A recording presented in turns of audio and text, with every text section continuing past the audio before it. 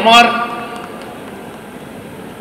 মুখ্যমন্ত্রী সরকার, মা মাটি মানুষের সরকার, আমাদের সরকার, মমতা বন্দ্যোপাধ্যায়ের সরকার, ছাত্র এবং শিক্ষক সবার পাশেই আছে।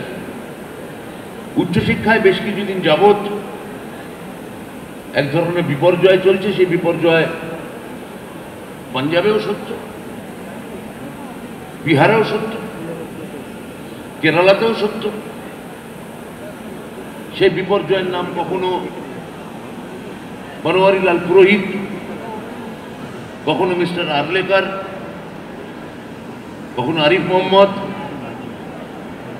আবার কখনো আনন্দ বোস। এই বিপর্যয়রা বিভিন্ন রাজ্যে আমার ধারণা তাদের চলে যাওয়ার সময় ঘনিয়ে এসছে। নির্বাচিত সরকারের সঙ্গে তিনবারের, আমাদের ক্ষেত্রে আমার তিনবারের মুখ্যমন্ত্রী, নির্বাচিত সরকার এবং তিনবারের মুখ্যমন্ত্রী, কোনো মনোনীত লোক যারা এক ধরনের গৈরিকীকরণ, স্যাফ্রনাইজেশন ছড়ানোর যে ভুয়ো কৃত্রিম একটা হাইপার রিয়েলকে রিয়েল বলে কল্পনা করে নিয়ে যে ধরনের বিপর্যয় ঘটানোর চেষ্টা করেছিল,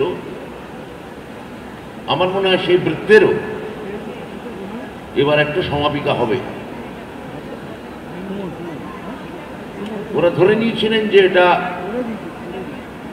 অসমাপিকা, কিন্তু ভারতবর্ষের মানুষ, খেটে খাওয়া মানুষ, লড়াই করা মানুষ,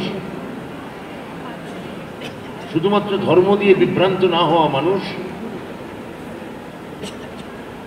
প্রমাণ করে দিয়েছে যে ভারতের সংবিধান অটুট।